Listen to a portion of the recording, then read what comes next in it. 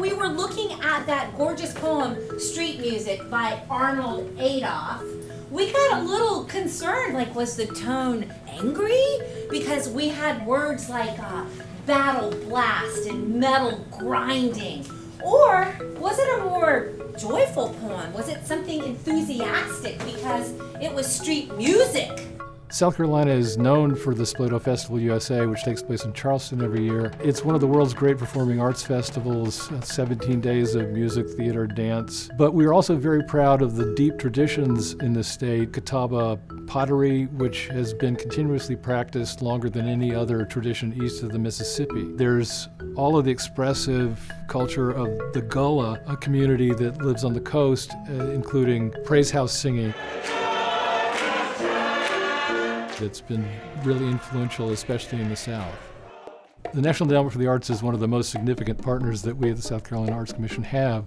In the 1980s, South Carolina was in the midst of major education reform, and we as an arts agency were really looking for ways that we could address that in a serious way.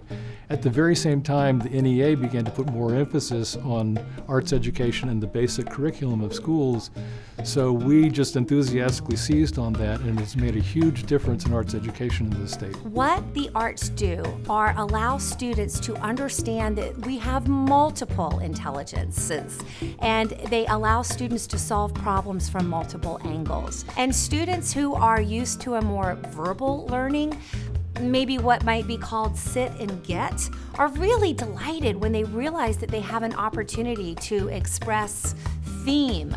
And so I find that students are raring to go. They are eager to experience the world in multiple ways, and the arts is the vehicle for that. Ultimately, I believe the future belongs to the creative.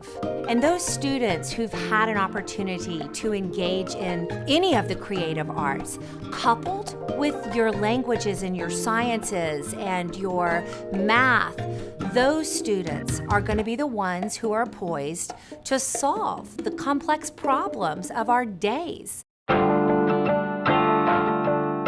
Leo Twigs is one of South Carolina's great painters, very much admired and very influential on younger artists. And his work is beautiful, but it also has a way of causing people to think about issues and changing their perspectives on those issues.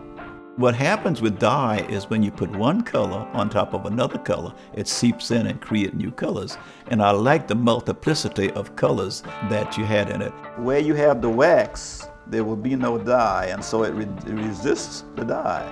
So batik is a craft, and I had elevated it to painting. And there are people who never saw it as painting. They always saw it as craft. And for me, it's where my joy is. It's turning something into magic.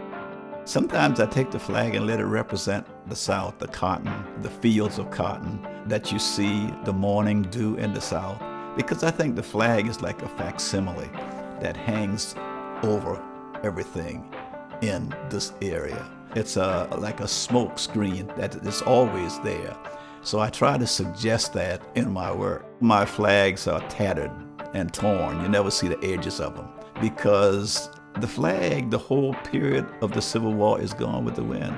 I try to paint it as if you open a trunk, an ancestor would open a trunk and pull out this flag from 1865. It would be mildewed, tattered, torn. It would probably fall apart in your hand. And they certainly wouldn't be flying that on a state house. It would be in a museum where it belongs. And so I think it's that irony that I tried to explore as well. So I'd like to wish the National Endowment for the Arts a happy 50th anniversary. Happy 50th anniversary!